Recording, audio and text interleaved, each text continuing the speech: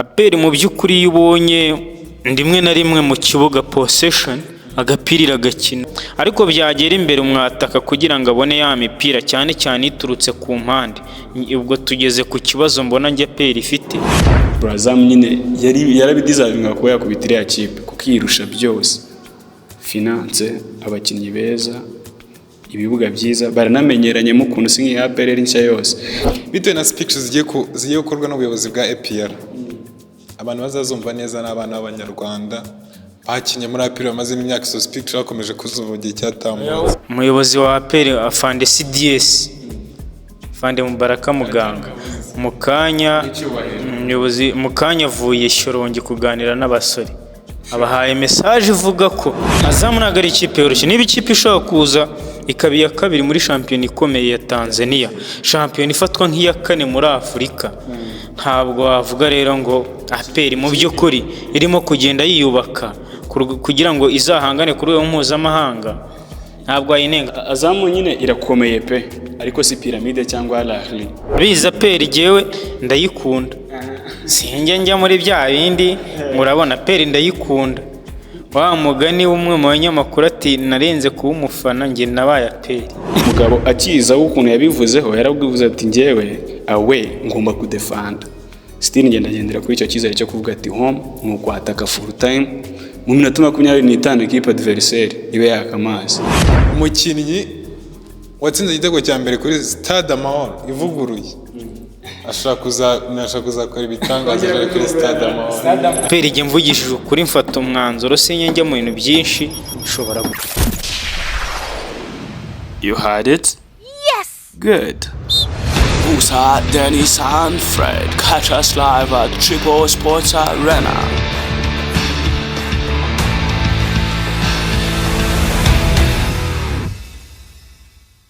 Okay, this is the Triple Sports Arena once again. We are back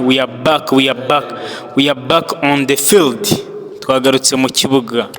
Ndi kumwe n'abahungu banjye hano batwita abahungu ba siporo. Ubundi bimeze bite Fred? Freshman bimeze yacamo arabuze, sinzi aho waburiye, wagiye mu buyobesha. Amwita gusa Epitase Pilot. Epitase Breso Pilot. Bimeze bite shawa mu pilote? Je vais très bien. Je vais très bien.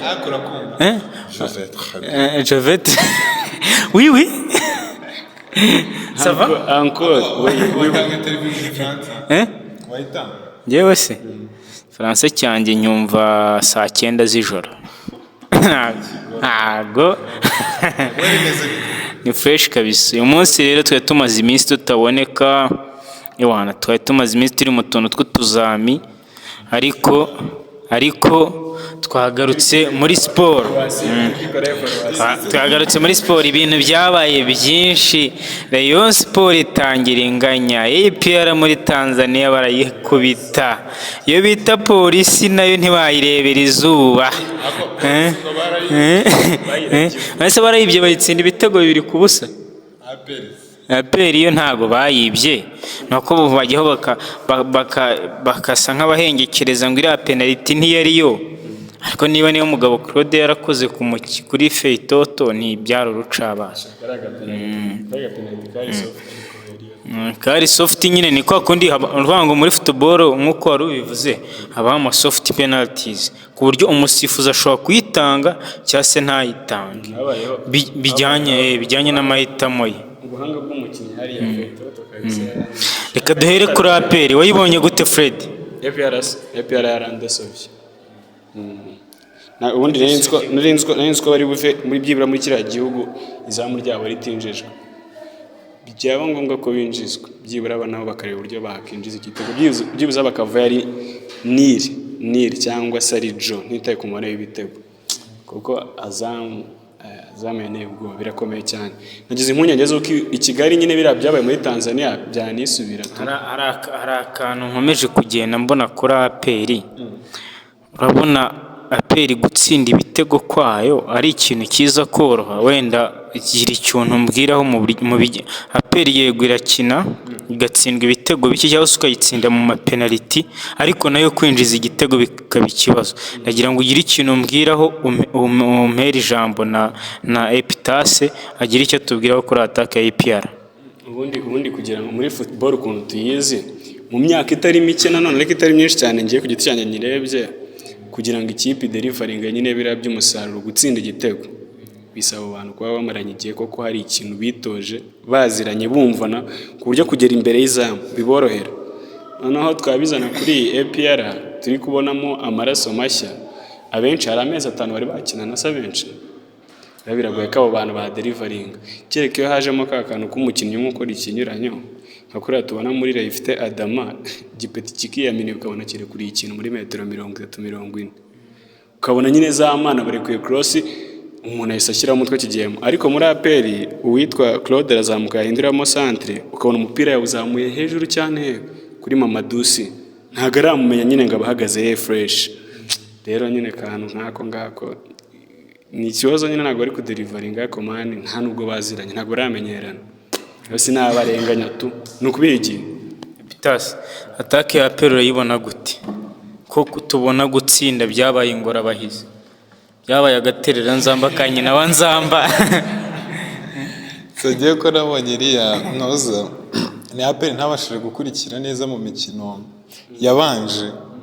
Ntabwo nzi niba ari approach nigeze kubona interview y'umutoza avuga ngo ngo hanze ngo nugukina defensively akina adefan, ariko approach akoresheje kuri uriya mukino nabonye Mamadusi ugaruka cyane ugenda nyine asa nk'ari uri gupressinga.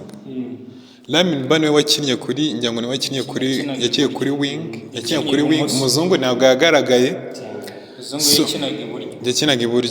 So imbere rero kuvuga ngo umwataka wagendaga pressinga kuri equipe yari ifite possession nyinshi kurusha APR, agenda kuriya ntabwo ari kuza kuboneka imbere, n'amacross ntabwo yigeze agaragara menshi, kuko impande za APR ntabwo zari ziri gukora z'imbere. Byasaga ko abahari nabo hari umukino yakinaga kuri 11 ya Azam, sinzi ukuntu bamwita, wari ufite warambaye umupira muremure umuhanga cyane, panori hari undi w'umupeti ntabwo nzi ukuntu yino. So APR rero byarayigoye gukinira imbere n'ahantu na baro zagiraga imbere, ngira ngo amashot on target ashobora kuba yarabonye ntabwo arenze nk'abiri cyangwa 3, nayo yatewe na Lamptey nabo gatera imipira idafite imbaraga, ashobora kuba adafite ishoti rikaze kubera ko hano umutekinisi. So ikintu cy'uko aba wingers zitakoraga zigatuma uriya mukinnyi ajya gupressinga imbere wenyine, ntabwo aribyo byatumye bigaragara ko APR nta mbaraga ifite nyine muri attack. Bikaza rubwa na la Prince bakoze na Victor Mboma nawe yaje akina nk'uko uriya yakinaga, bituma noneho possession match ende kurangira abonye ko Azam yarushije APR cyane bigaragara. Twari tuduciyeho kuri APR gato hari ku mukino ubanza, wowe nyine ugura twikomerezaho nawe ku giti cya nyine iri attack ya APR, kuko kudefanda bose ari kubigarukaho. No muri Tanzania bavuga ati kabisa abapeta b'abanyarwanda by'umwihariko Clement ari hejuru byatari. Nyine wowe ubona yarabuze iki gusagarutse ku kintu cya tactique z'umutoza nayo kuri APR muri rusange nyine kuri resulta bakwe muri dizaine. Wenda uko ngewe APR nyibona biragiye guhura n'ikibazo nababazaga kijyanye na atake. Kugira nabashije gukurikira APR no muri Sekafa cyane cyane umukino wa nyuma ubwo twatsinwaga n'ire equipe ya Red Arrows kuri penalty hafi 10-9. APR mu by'ukuri yubonye ndimwe na rimwe mu kibuga possession agapirira gakina, ubwo ndavuga izira mpande z'iburyo kwa Byiringiro, kwaba zira mpande z'inyuma kwa Byiringiro nabani mugabo Claude, tukajya hagati kwa ba Dauda, uyu muhungu wanjye w'umunyarwanda rukuba inkondo Richmond Lamptey yaruboneka rawuzi ruboneka rawuzi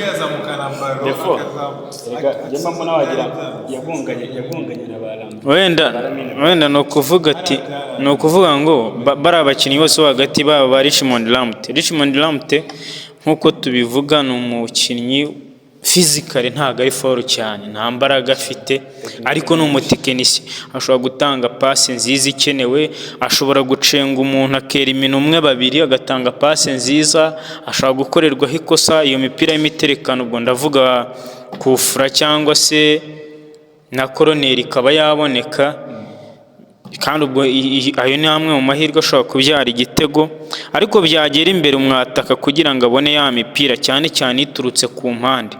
Ubwo tugeze ku kibazo mbona njye APR ifite, iyi mpande ubwo ndavuga wingi y'ibumoso, avuga wingi y'iburyo, haracyariho ikibazo, ntabwo turabona tuvuga ngo Mugisha Gilbert yego warahari, ariko nawe haracyaburamo akantu, twajya kumwataka nk'uko bavuze ngo haracyaburamo kumenyerana, ariko bigaragara ko n'umutoza yabonye ko hari ikibazo. Niba ashobora gufata uriya mukinnyi nka Lamine Ba kandi akina hagati nk'umureperateri akamukinisha uruhande rw'ibumoso, arabona ko haracyarimo ikibazo, hari akantu gakeneye wa fixed.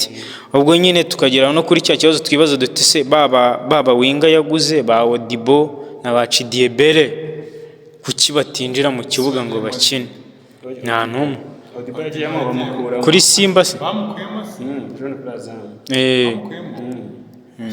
ariko ntabwo yabanjemo, ariko nabonye nayo nta bintu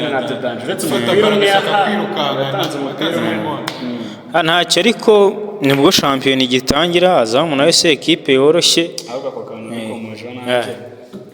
Nyine mu kanya gusa yarabikomeje avuga ati hari igihe tactique z'umutoza nazo zaba, kuko nayo yavuze ati ikintu asohotse ni ugukina defensive football, kuko ari ntabwo afite umurindi w'abafana banyamukandagira, ariko nanone mane bakinnye n'ikipe ikomeye bro.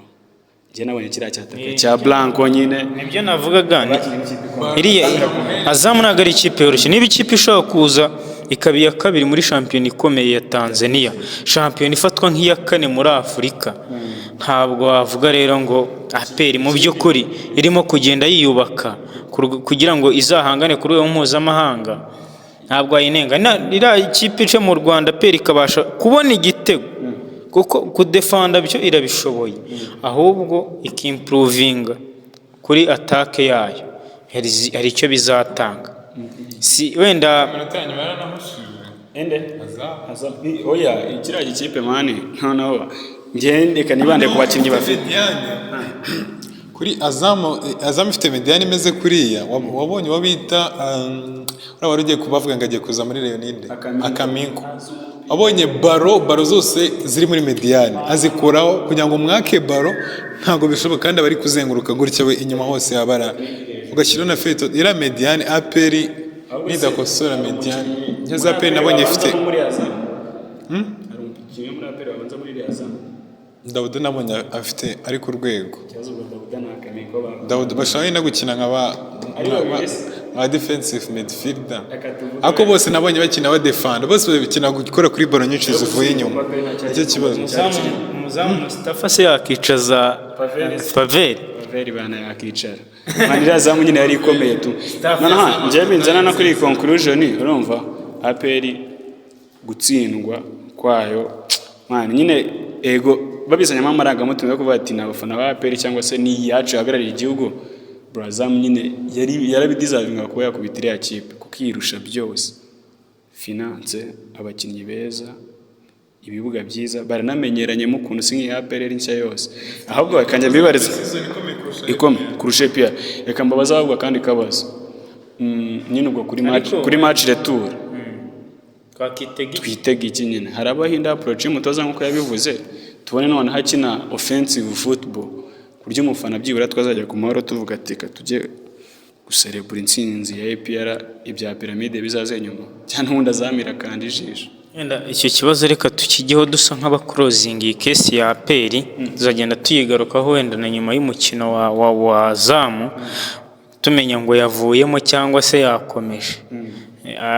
Icyo twakitega cyo APR n'ubundi nibyo navugaga, iramutse yimprovinze kuri iriya atake yabo iri mu Rwanda imbere y'umufana wayo, na iyo home advantage ishobora gukonta. APR wenda ikaba yatsinda 2-1 aggregate ikaba 2-2. harya muri Afurika baracyakonsidera igitego cyo hanze abegorera cyaba consider bavango rero ikubise n'ubundi 2-1 Azamu yahita ikomeza nyine ndi kuva oya ndavuga peri itsinze 2-1 ya 2-2 yaba yatsinze igitego cyo hanze Azamu aperi nta aperi yatana imibare yabaye nk'iy'Amavubi wallahi igihari cyo ni kimwe ngewe mvugishije ukuri hatari ibintu by'amarangamutima ngo ikipe y'iwacu bikina ibiki nkurikije atake ya aperi bitewe n'ukuntu bigoye kubona igitego kandi isabwa gutsinda ibitego biri hejuru ya 2 cyangwa se 2 Azamu ikaba itakubonyemo igitego biragoye ko Azamu yakuburamo igitego kandi biranagoye ko aperi yatsinda ibitego biri hejuru ya 2 aperi igihe mvugishije ukuri mfata umwanzuro sinye njya mu bintu byinshi ishobora gutaha amahirwe menshi aperi zataha urabizi aperi jewe ndayikunda sinjye njya muri bya bindi murabona aperi ndayikunda wa mugani umwe mu banyamakuru ati narenze kuba umufana njye nabaye aperi numva aperi igenda yikunda ariko biragoye pe buriya biba byiza kwibwiza ukuri yego biba byiza no kwishyiraho akanyabugabo ariko ujye usigazamo espace gato kuvuga ati ushaka kudashoboka kugira ngo nibitanashoboka ubu uvuga uti nakora iki ntube frustrated n'ibyabaye ahubwo ukomeze urugendo songe uzi ikintu mbona aperi ushaka ko idafite amahirwe menshi ushaka ko ifite nka 45 Azamu ifite nka 55 kuko aperi izakina mu Rwanda ariko ikintu abafana ba aperi barikaramye kenshi mu minsi yashize avuga ngo nakinisha abakinnyi b'abanyamahanga ngo ku mpande ngo abarebe nshobora kubona ejo bundi umutoza ashobora gukora none bitandukanye agakora ibyo yarasanzwe akora bitewe na speeches zigiye gukorwa n'ubuyobozi bwa APR abantu bazazumva neza n'abana b'abanyarwanda bakinye muri aperi bamaze imyaka so speeches bakomeje kuzuvugira icyatambutse ikindi gato witkomeza umukinnyi watsinze igitego cya mbere kuri Stade Amahoro ivuguruye ashaka kuzakora ibitangaza kuri Stade Amahoro aperi abafana nibaze buzure stade batangire bafana yenda sinzimba ariko bazakomerezaho Azamira komere equipe ikomeye wenda ushaka kuzangira ari kimwe wenda bakajya kuri penalty ariko ubundi nuko bigomba kugenda akomoje kuri message z'abayobozi ba aperi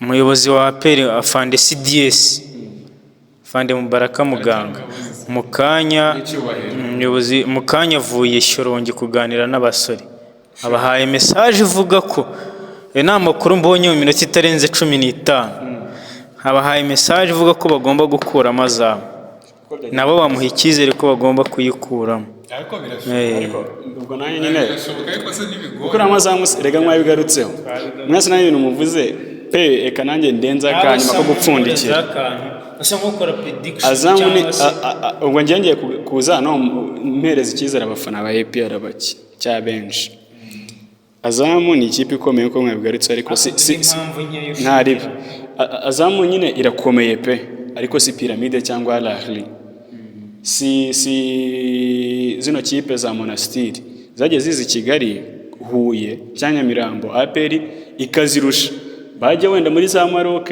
za Tunisia za mu Misiri biheruka bikaba ibindi bintu twabona byacurana aperi ibanje Azamu hanze muri TZ Kigali twaje tubona iperforminga neza kuri aya makipe yose akomeye baje bahura muri league habe ku bwa Froge no ku bwa Mohamed Adir rero n'uyu mugabo akiza ukuntu yabivuzeho yarabwivuze ati ngewe awe ngomba kudefanda still ngendera kuri icyo cyizere cyo kuvuga ati home nuko ataka full time mu minota 25 equipe adversaire ibe yakamazi rero ko niko kantu konyine nagarukaho mpereza ihumure n'ikiza abafana ba APR naho mbasaba kantu kamwe ariko Stade Amahoro bahereza umurindi kuyuzura kuyuzura badahaguruka ngo bafane bari tayari. Azamu yagishyiramo ku munota wa mbere, mufana haguruka, ni wowe Lamine Ba akeneye, urumva umutiza umurindi nicyo ngicyo. Rega none se umufana abakeneye, abafana babasabe ariko n'umufana rega na role y'umufana ibikene kugira ngo ikipe igire ikikora. 45 irabi iriho abantu bangaye bahagarariye inyungu zazamu mu Rwanda, ambasaderi. Iyo nayo ni imbogamizi kuri APR. iriya match kwinjiramo baraduca bitatu nayibonye. Prediction Prediction twe twatavuze iyo duha amahirwe uhora hayiha amahirwe. Njyewe prediction yanjye nk'ikipe iri home, of course APR igomba gukura hariya win, ariko gukomeza simbyizeye, ariko umufana wa APR n'ubu bifite mu biganza. Hari stade bayuzuye mbere yuko abareba bayigeramo. Ntacyo, reka dukorozinga kesi ya APR rero. Prediction igihe nayivuze, navuze ko nge prediction navugaga niyo gukomeza cyangwa kudakomeza. Navuze ko APR bigoye ko izakomeza. N'impamvu nazivuze wenda biragoye wenda nk'uko Fred abivuze, wini nshobora kubona ikaba yakubita nk'igitego kimwe ku busa. Njyewe umufana n'ubu ufite mu biganza magaze no ku cyizere. Biragoye, uzi impamvu nk'igitego kimwe ku busa kuri APR na Azamu bigoye. Biragoye ko Azamu yamara iminota 90 itinjiza igitego. Niyo mpamvu APR rero attack yayo igomba kuderivaringa tu. Ntacyo, reka duclose kanumvishe n'akana sakisara ry'Inyanza nanjye ndabona ibikona nibidatanga ba Murera ari muri stade. Nge ni 2-1 biracurama 2 bya APR kuri kimwe cya Azamu. 12 suragenda bite barayigabana sawa. We prediction yawe ni prediction ariko nayivuze APR ni win uko byagenda kose, ariko kugira ngo isezere 2 ku busa kimwe biraterwa n'umurindi w'abafana. Abafana nibayitiza imbaraga na bitine byajyamo cya bitanga. Ari we mana ariyo yari kumva buriya umukinnyi yari kumva umurindi w'umufana rega 7,000 byo kuri Nyamirambo 75 45 byo ku Mahoro. Ahandi noneho iranapfundikiye amajwi nasohoka. Reka do closing case ya APR. Ubwo hasigaye match ni ryari Fred? Match ntabwo ndamenya umunsi neza. Saturday cyangwa Sunday muri iyi weekend. Do close Saturday. Ubwo isaha tuzayibamenyesha.